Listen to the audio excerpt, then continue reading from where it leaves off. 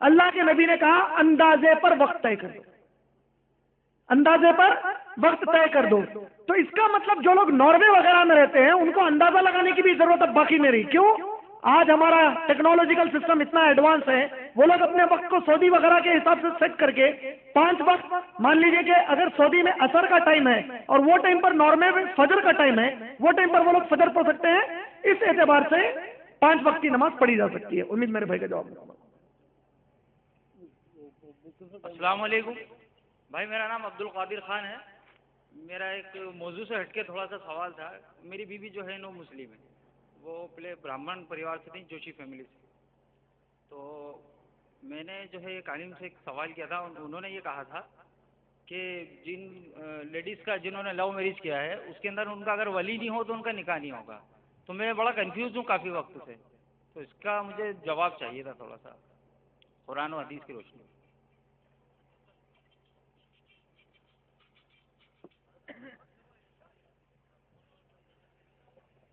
بھائی نے سوال کیا ہے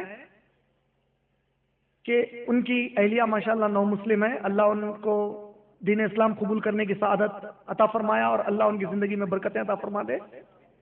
بھائی نے کہا ہے کہ لیکن کسی سے انہوں نے دریافت کیا تو کسی علم والے شخص نے بتایا کہ اگر غیر مسلم لڑکی بھی ہے اور اس کا ولی نکاح کے وقت نہ ہو تو نکاح نہیں ہوگا. میرے بھائی صحیح بخاری جلد نمبر 7 باب نمبر 47 ابن عباس رضی اللہ تعالیٰ عنہ سے روایت ہے. بھائی جس کا سوال ہے جب وہ جواب سن رہے ہیں دوسرے ڈسٹرب مت کرو.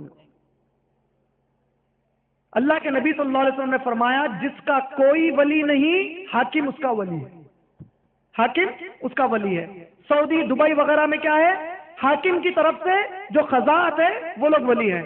انڈیا جیسے ملک میں ہمارے جو نکاح پڑھانے والے قاضی ہیں ان کو امت مسلمہ نے، چاہے وہ اہل حدیث ہو، جماعت اسلامی ہو، تبلیغی ہو، اہل سنت والجماعت، بریلوی، دیوبندی، جو بھی ہوں، امت مسلمہ نے اگری کیا ہے کہ جو ہماری طرف سے پرسنل لا بورڈ کے تحت قاضی ہیں یہ نکاح کی اتھارٹی ہے.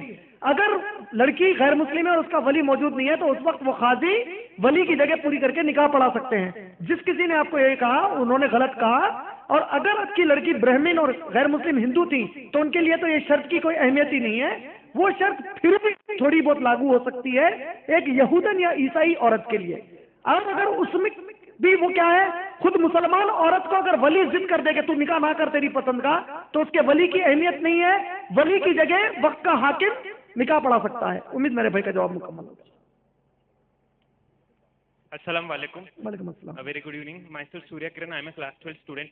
I have been a convert to Islam from Hinduism. It has been 82 days, almost more than 2 months. It's a very wonderful religion, and it's the last 82 days have been the best experience of my life. MashaAllah. So today I attended this meeting, this conference. So I have seen many Muslims, the people who are the followers of Islam, they believe that they are the followers of Islam. They are still practicing irrespective and irrelevant of the teachings laid down in the Quran and Hadith and Sunnah. And I feel very bad that the non-believers of Islam and Hindus and other religions, those who have come here to attend the meeting, they see that the people of Islam, the Muslims, they are doing many bad things here itself, like they are smoking. I guess and I do believe that there is nowhere mentioned in Hadith or Sunnah that smoking is a good habit or having tobacco, etc. But still they are practicing such habits, and still they think that we are followers of Islam, and Allah will forgive us. So when a non-believer or a outside Muslim or any other religion comes to attend such a conference, my actual question is that when he should leave, even if he spends 5 minutes or 10 minutes, he should get inspired by the Muslim people. He should feel proud, oh, such a beautiful religion. Where Allah has put grace on me, the same grace should be put on those people also. So what we Muslims should do to inspire more and more people so that we can accelerate the process of spreading the message of peace. MashaAllah, may Allah subhanahu wa ta'ala give you the reward. I hope you will not mind if I give the answer in Urdu, because a majority of the people might know Urdu instead of English. Definitely. But I'll just translate your question to them in Urdu before I answer that. بھائی نے سوال کیا ہے کہ وہ ایک غیر مسلم تھے اور انہوں نے صرف 2 مہینے، لگ بھگ 2 مہینے سے کچھ زیادہ وقت ہوا ہے اسلام قبول کر کے انہیں، ماشاءاللہ. تو آپ سب سے پہلے انہیں مبارکباد دیجیے اس کے لیے، الحمدللہ. اور ساتھ میں بھائی نے کہا ہے ابھی ان کو جواب سننے دو، مبارکباد بعد میں دو. بھائی نے ساتھ میں یہ کہا ہے، اور یہ بہت لمحے فکر کی بات ہے یہاں جتنے لوگ موجود ہیں، وہ کہتے ہیں کہ میں جب سے یہ کانفرنس میں آیا ہوں میں نے محسوس کیا ہے کہ اتنی پیاری کانفرنس ہے جس میں اللہ اور رسول کی بات بتائی جا رہی ہے، لیکن مجھے بڑا تعجب ہوا کہ یہ تو میں قبول کر لیا اسلام، تو شاید مجھ پر زیادہ نقصان دہ اثر نہیں ہوا، لیکن میرے ساتھ اگر کوئی غیر مسلم یہاں پر آ جائیں تو شاید ان مسلمانوں کا، آپ لوگوں کے بارے میں کہہ رہے ہیں وہ لوگ، آپ لوگوں کو دیکھ کر وہ اسلام کبھی بھی قبول نہ کریں، کیونکہ ایسی جگہ پر بھی میں نے سگریٹ اسموکنگ کرتے ہوئے مسلمانوں کو دیکھا۔ یہ شرم والا لمحہ ہے، بڑا انتہائی درجے کا شرم والا لمحہ ہے۔ یہ اللہ کی لعنت ہے ان مسلمانوں پر جو ایسی محفل کو بھی عقل سے سمجھ نہیں پا رہے ہیں کہ اس کی کتنی بڑی اہمیت ہے۔ سگریٹ اسموکنگ حرام ہے، سگریٹ اسموکنگ مکروہ نہیں ہے۔ مسلمانوں کو کب عقل آئے گی؟ دنیا کے سب سے بڑے سگریٹ کے برانڈ مارلبورو سگریٹ یا بڑے بڑے ڈن ہل، جتنے بڑے سگریٹ کے برانڈز ہیں یہ جیوز کے ہیں، لیکن شرم کی بات ہے ہم یہودی سے گئے گزرے ہیں کہ جیوز سگریٹ اسموکنگ نہیں کرتے۔ اسرائیل میں سگریٹ اسموکنگ بین ہے سختی سے۔ آپ کسی اسرائیلی کے گھر میں جا کر سگریٹ پینا چاہیں گے وہ آپ کو گھر کے باہر نکال دے گا۔ مسلمان بے شرم مسلمان سگریٹ پینے والے کو شرم نہیں آئی ابھی تک۔ وہ سگریٹ بیچتے ہیں دوسروں کو لیکن خود سگریٹ نہیں پیتے، مسلمان ان کی سگریٹیں خرید کر پیتا ہے، بے شرم مسلمان جس کے لیے حرام ہے۔ مکروہ کا فتویٰ ہے۔ میں نے ایک صاحب سے پوچھا کہ مکروہ کے معنی کیا ہے؟ In Islam, basically based on the teachings of Quran and Sunnah, the do's and don'ts of Islam have been basically categorized under 5 headings: the obligatory, the recommended, the permitted, the disliked and the forbidden. یا اسلام میں جو تعلیمات ہیں حکم کی کرنے اور نہیں کرنے کی، اس کو علماء کرام نے 5 طبقات میں بانٹا ہے۔ فرض، سنت جسے نبی صلی اللہ علیہ وسلم نے ابھارا وہ جس کی صرف اجازت دی گئی، مکروہ، حرام۔ مکروہ کے بارے میں آپ سب کو بتا دوں، کھانے اور پینے کی چیزیں میں کوئی چیز مکروہ نہیں ہے، صرف حلال ہوگی یا حرام ہوگی۔ جو لوگ سگریٹ کو مکروہ کہتے ہیں، جیسے it's dislike, I pose a question to these people, اگر وہ مکروہ ہے، میں جانتا ہوں میرا ایگزامپل تھوڑا سا آپ لوگوں کو پسند نہیں آئے گا لیکن ان کو سمجھانے کے لیے ضروری ہے، میں ادباً پہلے سے ہی آپ لوگوں سے معافی چاہتا ہوں اگر پسند نہ آئے۔ میں نے ایک مرتبہ ایک علم والے شخص سے پوچھا جو اس کو مکروہ کہتا ہے کہ اگر کہیں پر فضلہ پڑا ہو، if there is an excretion laying down somewhere، یا گوبر پڑا ہو بھینس کا، تو جا کر اسے سونگھنا چاہتا ہے، you want to smell it, you go to a scholar to say is it حلال اور حرام، حلال ہے یا حرام ہے؟ سننے والا کہے گا یہ مکروہ ہے، اس میں صرف کراہیت والی بات ہے۔ اچھا مکروہ ہے، روز جا کے بار بار سونگتا اس کو، ول یو ڈو دیٹ؟ اگر سگریٹ مکروہ ہے تب بھی تم بار بار نہیں پی سکتے اس کو، سگریٹ تو حرام ہے۔ ورلڈ ہیلتھ آرگنائزیشن کی رپورٹ کے مطابق دنیا میں 60% سے زیادہ لوگ سگریٹ تمباکو کی وجہ سے مرتے ہیں۔ آپ جانتے ہیں سگریٹ دنیا کا واحد پروڈکٹ ہے، اٹس دا اونلی پروڈکٹ جس کے اوپر لکھا ہوتا ہے انجوریس ٹو ہیلتھ۔ یہ صحت اللہ کی امانت ہے، اس میں تم خیانت کر رہے ہو۔ شیخ بن باز رحمۃ اللہ علیہ کا فتویٰ ہے جس آدمی کی موت سگریٹ اسموکنگ کی وجہ سے ہو جائے اس نے خودکشی کی موت حاصل کی۔ اس سے خطرناک مسئلہ آپ جانتے ہیں کیا ہے؟ پیسو اسموکنگ کہتے ہیں۔ پیسو اسموکنگ کا مطلب سگریٹ پینے والا سگریٹ پیتا ہے، اس کے بازو ایک ایسا شخص ہے جو پیتا ہی نہیں ہے، سگریٹ پینے والے سے 80 گنا زیادہ نقصان اس کو ہوتا ہے۔